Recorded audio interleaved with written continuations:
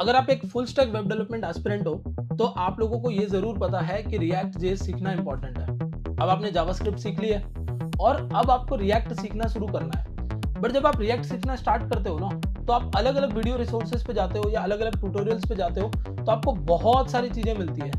आपको फिर लगता है कि मुझे रिएक्ट में ये भी सीख लेना चाहिए, ये भी सीख लेना चाहिए, एक्स, वाई, ज़ेड सब कुछ आना चाहिए मुझे रिएक्ट में। बट सब कुछ सीखना पॉसिबल नहीं है एज़ अ बिगिनर।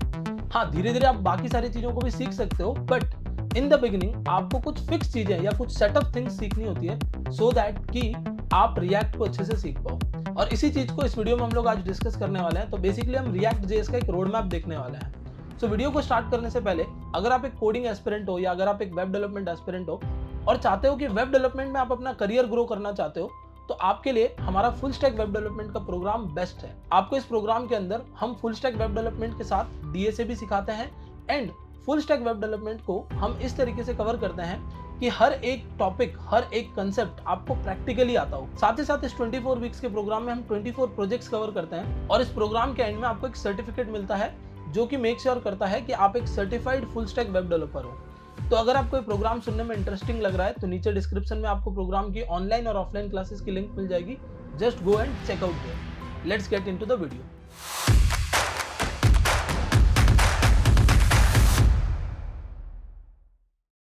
हमारे पास रोड मैप है पूरा पूरा रिएक्ट जेएस का, जिसको हम देखने वाले हैं स्टेप बाय स्टेप। अब रिएक्ट जेएस की एक प्री रिक्विजिट है कि आपको जावास्क्रिप्ट आनी चाहिए।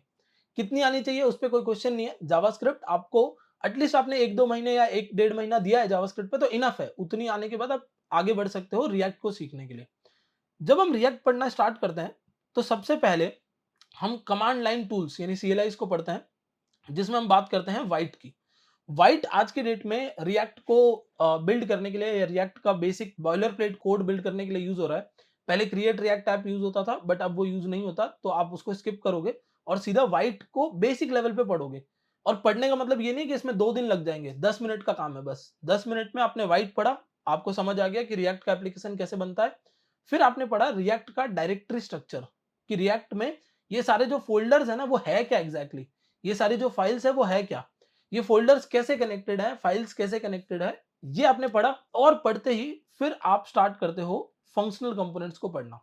अब देखो, ऑलरेडी रिएक्ट में पहले क्लास बेस्ड कंपोनेंट्स आते थे, बट अब उनको कोई यूज नहीं करता, तो आप भी नहीं करोगे ना, आप उनको पढ़ने पे जाओगे। हाँ, अगर कोई 10-15 मिनट का वीडियो आपको उसके लिए देखना है तो आप देख सकते हो, सो दैट आप इंटरव्यू में कुछ आंसर्स दे पाओ। बाकी आपको जरूरत नहीं है। आप सीधा फंक्शनल कंपोनेंट पे डीप डाइव करोगे और फंक्शनल कंपोनेंट्स में ये मोस्ट इंपॉर्टेंट चीजों को आप पढ़ोगे। सबसे फर्स्ट, जेएसएक्स क्या होता है, किस तरीके से जेएसएक्स लिखा जाता है, जेएसएक्स क्यों लिखा जाता है, जेएसएक्स लिखने के रूल्स क्या है। After that, props and state क्या होता है, ये बहुत इंपॉर्टेंट कंसेप्ट है, इसको स्किप नहीं कर सकते। फिर आप इनको जब कवर कर लेते हो, तब आप कंडीशनल रेंडरिंग को, लिस्ट रेंडरिंग को और कंपोजिशंस को पढ़ सकते हो। तो ये टॉपिक आपको कवर करने में हो सकता है 2 से 3 दिन लग जाए। ये 2 से 3 दिन जैसे ही आप पढ़ लेते हो, आप लेट से इसके लिए 4 दिन भी ले लो, बट यही फंडामेंटल है रिएक्ट के। इसको पहले अच्छे से कवर करो। जैसे ये पढ़ लिया, अब आप नेक्स्ट स्टेप पे जा सकते हो, बिकॉज आप अब फंडामेंटल के साथ में जा रहे हो या आपका बेसिक स्ट्रांग हो चुका है। इसके बाद आप कंपोनेंट्स में थोड़ा और एक स्टेप आगे जाते हो, रेंडरिंग को अच्छे से समझते हो। रेंडरिंग का मतलब होता है कंपोनेंट का आउटपुट दिखाना, यानी कंपोनेंट से कुछ आउटपुट बना पाना। तो रेंडरिंग में आप कंपोनेंट लाइफ साइकिल को पढ़ोगे, जो कि one of the most important thing है रेंडरिंग के टाइम पे।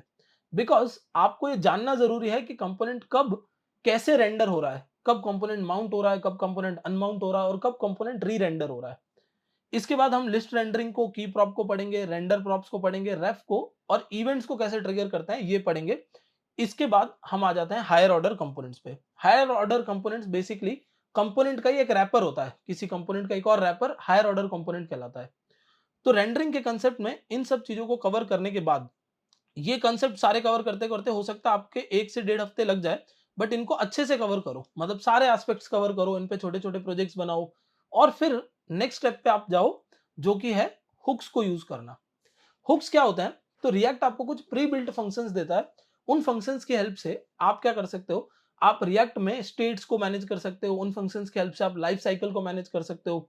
जब आप लाइफ साइकिल पढ़ रहे होगे ना, तब आप यहां पर यूज इफेक्ट इस हुक को पढ़ लोगे। ठीक है, जब आप स्टेट पढ़ रहे होगे तब भी आप ऑलरेडी यू स्टेट नाम का एक हुक पढ़ चुके होगे। उन हुक्स के अलावा जो हुक्स है वो मैं यहाँ पर पढ़ने की बात कर रहा हूँ। मतलब वो हुक्स तो ऑब्वियसली मैंने पढ़ ही लिए होंगे यहाँ पढ़ते टाइम। अब उन हुक्स के अलावा और मेरे कुछ-कुछ हुक्स होते हैं, जैसे use callback, use ref, use memo, use context, use reducer. अब एक चीज़ और देखो, यूज़ कॉन्टेक्स्ट और रिड्यूसर अभी नहीं पढ़ना है, ये बाद की बात है। उससे पहले ये बेसिक हुक्स जैसे कि यूज़ कॉलबैक, यूज़ रेफ और यूज़ मेमो, इनको आपको पढ़ना है। आफ्टर दैट आप कुछ और कॉमन हुक प्रैक्टिस पे जाओगे, यानी कि हुक्स को खुद से कैसे बनाया जाए। तो कस्टम हुक्स कैसे बनते हैं, हुक्स को कब यूज़ करना होता है, कब यूज़ नहीं करना होता है, कौन-सा हुक कब काम आता है। जैसे ये हुक है यूज़ मेमो, अब इसके बिना-बिना मैं जो ये हुक काम करता है, वो काम मैं इसके बिना भी कर सकता हूँ। बट फिर भी इस हुक को बनाया गया है, तो कुछ तो पर्पस होगा। वो हमें समझना है कि हुक्स की बेस्ट प्रैक्टिसेस क्या है, कब कौन से हुक को यूज़ करना है। Once you have gone through this, तब आप जाते हो नेक्स्ट स्टेप पर राउटर्स को पढ़ने के लिए। जब आप राउटर्स पढ़ रहे हो, तो राउटर का काम क्या होता है? तो रिएक्ट बाय डिफॉल्ट एक सिंगल पेज एप्लीकेशन है। मतलब रिएक्ट में आप वेबसाइट नहीं बनाते हो, एक वेब पेज बनाते हो बस। लेकिन आपको रिएक्ट से अगर वेबसाइट बनानी हो, तो आपको राउटर्स की जरूरत पड़ती है। तो रिएक्ट राउटर ये एक राउटिंग पैकेज है जिसकी हेल्प से आप मल्टीपल पेजेस को कनेक्ट करके एक वेबसाइट बना सकते हो। क्या कर सकते हो कि वेबसाइट बना सकते हो मल्टीपल पेजेस को कनेक्ट करके P1, P2, P3 को। जब आपने राउटिंग पढ़ लिया, तो आपने रिएक्ट में एक अच्छे खासे लेवल पे अपना बेस स्ट्रॉन्ग कर लिया है, बिकॉज़ आपने कंपोनेंट्स पढ़ लिए, आपने हुक्स पढ़ लिए और आपने राउटर पढ़ लिया। Then comes the next step, जिसमें आप स्टेट मैनेज करने के लिए कुछ और थर्ड पार्टी लाइब्रेरीज को यूज कर सकते हो, जैसे कॉन्टेक्स्ट। तो अभी हमने बोला कि हम ये जो यूज कॉन्टेक्स्ट हुक है ना, इसको अभी नहीं पढ़ेंगे, लेकिन जैसे ही कॉन्टेक्स्ट जो हमारी स्टेट मैनेजमेंट लाइब्रेरी है, इस पे जब हम आएंगे तब हम यूज कॉन्टेक्स्ट वाले हुक को यूज कर रहे होंगे। फिर हमारे पास यहाँ पर एक और लाइब्रेरी आती है जिसको हम रिडक्स बोलते हैं। ये लाइब्रेरी थोड़ी सी एडवांस लाइब्रेरी होती है, तो आप स्टेट मैनेजमेंट के लिए भी इसको इनिशियल टाइम में भी पढ़ सकते हो, या आप इसको एंड के लिए भी रख सकते हो कि मैं अपने पूरे लर्निंग जर्नी के एंड में रिडक्स पढ़ूंगा। बट रिडक्स बहुत इंपॉर्टेंट है। जिसको रिडक्स आता है वो एक एज लेके जाता है अपने इंटरव्यू के अंदर, बिकॉज रिडक्स का इंप्लीमेंटेशन इनिशियल पॉइंट पे कॉम्प्लेक्स होता है, बट जैसे आपको रिडक्स का इंप्लीमेंटेशन समझ आ गया, फिर बहुत इजी हो जाता है बड़े एप्लीकेशंस को बनाना। तो स्टेट मैनेजमेंट लाइब्रेरीज यानी स्टेट मैनेजमेंट पैकेज में दो तो मैं आपको सजेस्ट करूंगा कि आपको पढ़ना ही पढ़ना है। कॉन्टेक्स्ट जो कि इनबिल्ट है रिएक्ट में, और रिडक्स जो कि हमें एक्सटर्नली इंस्टॉल करना पड़ता है। After this we will go to writing CSS. तो सीएसएस को लिखना कैसे है? तो सीएसएस के लिए आप टेलविंड सीएसएस को पढ़ सकते हो, सीएसएस मॉड्यूल को पढ़ सकते हो। सीएसएस मॉड्यूल एक बहुत अच्छा कंसेप्ट है जो कि हमारे लिए वर्क करता है कि हम जिस पेज को सीएसएस देना चाहते हैं, सिर्फ उसी पेज पे हमारी सीएसएस काम करे, बाकी किसी पे ना करे। तो हम क्या कर सकते हैं, सीएसएस मॉड्यूल्स को पढ़ सकते हैं और टेलविंड सीएसएस को आप पढ़ सकते हो। At the same time CSS लिखने के अलावा अगर आपको रेडीमेड कंपोनेंट लाइब्रेरीज चाहिए, जो कि बनी बनाई कंपोनेंट लाइब्रेरीज होती है, जैसे हमारी बूटस्ट्रैप है, वो बनी बनाई है। बट बूटस्ट्रैप में क्या है कि आपको क्लासेस लगानी पड़ेगी। लेकिन यहाँ पर हमारे पास कुछ और लाइब्रेरीज है, जैसे मटेरियल यूआई, चक्रा, सैडसीएन। ये हमारी प्री बिल्ट कंपोनेंट लाइब्रेरीज है। मतलब मेरे पास कंपोनेंट रेडीमेड मिलेगा, मुझे बस उस कंपोनेंट को लगाना है और मेरा काम हो गया। कंपोनेंट मतलब क्या? जो आपने यहाँ पर कंपोनेंट्स पढ़े थे ना, वैसे ही रेडीमेड यूआई कंपोनेंट्स की यहाँ बात हो रही है। अब जो ऊपर आपने कंपोनेंट्स पढ़े थे वो जनरल कंपोनेंट्स थे, आप बना रहे थे उनको। मतलब आप उसमें लॉजिकल कोड भी लिखोगे, एचटीएमएल सीएसएस भी लिखोगे, सब कुछ लिखोगे। बट जो हमारी कंपोनेंट लाइब्रेरीज होती है, उनकी हेल्प से हम क्या करते हैं, उनकी हेल्प से हम रेडीमेड इनबिल्ट यूआई कंपोनेंट्स को यूज कर सकते हैं। तो यहां के बाद आप नेक्स्ट चले जाते हो एपीआई कॉल्स की तरफ। अब एपीआई कॉल्स आप वैसे तो फेच का यूज करके कर ही सकते हो, बट हमारे पास कुछ और पैकेजेस हैं जिसकी हेल्प से हम क्या कर सकते हैं, एपीआई कॉल कर सकते हैं, जैसे रिएक्ट क्वेरी और एक्सियोस। ये दो तो आपको पढ़नी ही है, और ऑप्शंस भी हैं यहाँ पर जो आप कवर करना चाहो तो कर सकते हो रेस्ट एपीआईज के लिए। अगर आप ग्राफ क्यूएल एपीआईज को कॉल करवा रहे हो तो आपके पास कुछ और पैकेजेस हैं, आप इनको यूज कर सकते हो। बट जब तक आप यहां पहुंचोगे, तब तक आपको मेक श्योर करना है कि आपको रिएक्ट का फ्लो बहुत अच्छे से आ गया है, बिकॉज एपीआई कॉल में ना बहुत इंपॉर्टेंट रोल है लाइफ साइकिल का। अब ये रोल तभी आप अच्छे से समझ पाओगे, या एपीआई कॉल तभी आप अच्छे से समझ पाओगे जब आपने लाइफ साइकिल सीखा होगा। इसके बाद आप क्या करोगे, इसके बाद आपका रिएक्ट का एप्लीकेशन बन के रेडी है। अब आपको एपीआई कॉल भी करना आता है, स्टेट मैनेज भी करना आता है, मल्टीपल पेज की एक वेबसाइट बनाना भी आता है, आपको राउटिंग भी आती है। तो आप रिएक्ट को बहुत अच्छे लेवल पे सीख चुके हो। साथ साथ में आपको ऑब्वियसली प्रोजेक्ट्स बनाने हैं, और प्रोजेक्ट्स बनाने के लिए प्रोजेक्ट्स के मैं आपको कितने भी नाम बता दूं, प्रोजेक्ट्स कम है। जैसे कि आप कोई वेदर ऐप बना सकते हो, कोई आप मूवी सर्च ऐप बना सकते हो, कोई आप प्रोडक्ट लिस्टिंग ऐप बना सकते हो, छोटे-छोटे ऐप्स की बात कर रहे हैं। फिर धीरे-धीरे आगे बढ़ते हुए आप स्विगी का क्लोन बना सकते हो, स्विगी का यूआई क्लोन हो सकता है, फंक्शनैलिटी क्लोन हो सकता है, ज़ोमैटो का क्लोन बना सकते हो जो कि यूआई क्लोन हो सकता है, फंक्शनैलिटी क्लोन भी होगा उसके अंदर। वहाँ प्रॉब्लम आएगी आपके पास डेटा की, तो आप कोई भी रैंडम वेबसाइट पे fakeproduct.com इस तरीके की वेबसाइट पे जाके आप वहाँ से एपीआईज़ ला सकते हो या डमी जेसन पे जाके आप एपीआईज़ ला सकते हो। तो उन एपीआईज़ को इंटीग्रेट करके आप फुल फ्लेजेड एप्लीकेशंस बना सकते हो। या आपको कहीं पर अगर कहीं से ई-कॉमर्स की फुल स्टैक एपीआईज़ मिल रही है, तो आप उनको लाके यानी फुल स्टैक एपीआईज़ यानी बैकएंड की पूरी एपीआईज़ मिल रही है, तो उनको लाके आप अपना फ्रंट एंड बना सकते हो रिएक्ट की हेल्प से। इसके बाद में आपको जो एप्लीकेशन बनाया है, उसको टेस्ट भी करना पड़ता है और टेस्ट करने के लिए हमारे पास में काफ़ी सारी टेस्टिंग लाइब्रेरीज़ है, जैसे जेस्ट है, रिएक्ट टेस्टिंग लाइब्रेरी है। इनमें से कोई भी टेस्टिंग लाइब्रेरी को आप यूज़ कर सकते हो to test the performance of the application और किसी भी तरीके के बग को या किसी भी तरीके की प्रॉब्लम को टेस्ट करने के लिए। Once you have gone through all these things, आपको रिएक्ट बहुत अच्छे से आ चुका है। अब अगर आप देखोगे ना, तो बहुत सारे रिसोर्सेज अलग-अलग वीडियोज़ रिटन ट्यूटोरियल्स में बहुत सारे कांसेप्ट्स लिखे होते हैं। मतलब काफ़ी सारी चीज़ें लिखी होती है। वो भी रिएक्ट का ही पार्ट है। हो सकता है उनमें से आपने कुछ पढ़ा भी और वो मैंने यहाँ ना कवर किया हो।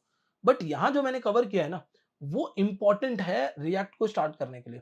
Because once you have started the journey, फिर धीरे-धीरे आप और चीज़ें एक्सप्लोर करते हो और सीखते जाते हो। This is a starter road map जो आपने कवर किया और फिर मैं सजेस्ट करता हूँ कि रिएक्ट का एक फ्रेमवर्क जो कि है नेक्स्ट जेएस, वो आप कवर कर लो। तो उससे आपके रिएक्ट के बहुत सारे काम ईज़ी हो जाते हैं और एक मोस्ट इम्पोर्टेंट पार्ट जिसको हम एसएसआर बोलते हैं, सर्वर साइड रेंडरिंग, जो कि रिएक्ट कवर नहीं करता, बट वो कवर हो जाता है नेक्स्ट जेएस के अंदर। एसएसआर क्या होता है, ये टॉपिक भी आप रिएक्ट के साथ में ही पढ़ लो ताकि आपको समझ में आए कि रिएक्ट एसएसआर यानी सर्वर साइड रेंडरिंग को क्यों नहीं कवर करता है और क्या मैं ऐसा करूं जिससे सर्वर साइड रेंडरिंग कवर हो पाए, तो नेक्स्ट जेएस की हेल्प से सर्वर साइड रेंडरिंग कवर हो सकती है। तो ये रिएक्ट का एक बेसिक रोड मैप है जो कि आप easily with in 2 months cover कर सकते हो। मैक्सिमम 2 मंथ्स या 2 टू 2.5 मंथ्स में आप इसको कवर कर सकते हो और एक रिएक्ट डेवलपर के लिए आप रेडी हो। अब प्रोजेक्ट्स बनाने पे फोकस करना जरूरी है बिकॉज़ प्रोजेक्ट्स नहीं बनाए तो कितना भी पढ़ लिया कोई फायदा नहीं है। प्रोजेक्ट्स साथ-साथ में बनाते हुए चलना है। प्रोजेक्ट्स मतलब छोटे प्रोजेक्ट्स, छोटे-छोटे app, weather app, to do list app, चाहे आपका क्रॉस एक्स ज़ीरो का जो गेम होता है, वो आपने बना लिया या फिर आपने कोई छोटे गेम, क्विज़ ऐप बना लिए। आप कई सारे वीडियोज़ में ये देखोगे या कई सारी जगहों पे आजकल देखोगे कि टू डू लिस्ट का कोई फ़ायदा नहीं है या वेदर ऐप्स का कोई फ़ायदा नहीं है। एक्चुअली ये ऐप्स या ये जो प्रोजेक्ट्स हैं, शायद आप इंटरव्यूज़ में दिखा ना पाओ क्योंकि उतने अच्छे नहीं हैं। बट ये ना आपके कांसेप्ट्स बिल्ड करने में बहुत हेल्प करते हैं। तो आपको मेक श्योर करना है कि छोटे-छोटे ऐप, छोटे-छोटे एप्लीकेशंस भी आप बनाओ, उनको कवर करो, उनको स्किप ना करो। सो आई होप इस वीडियो से आपको एक बेसिक रोड मैप क्लियर हो गया होगा रिएक्ट जेएस पढ़ने के लिए। तो अब बस इस वीडियो को लाइक कर दो और चैनल को अगर सब्सक्राइब नहीं किया है तो सब्सक्राइब कर लो और स्टार्ट करो अपनी रिएक्ट जेएस जर्नी। और एक चीज़ याद रखना, सीखना कभी भी बंद नहीं करना है क्योंकि जो सीखता है वही दुनिया बदलता है। That's it for this video. Thank you so much.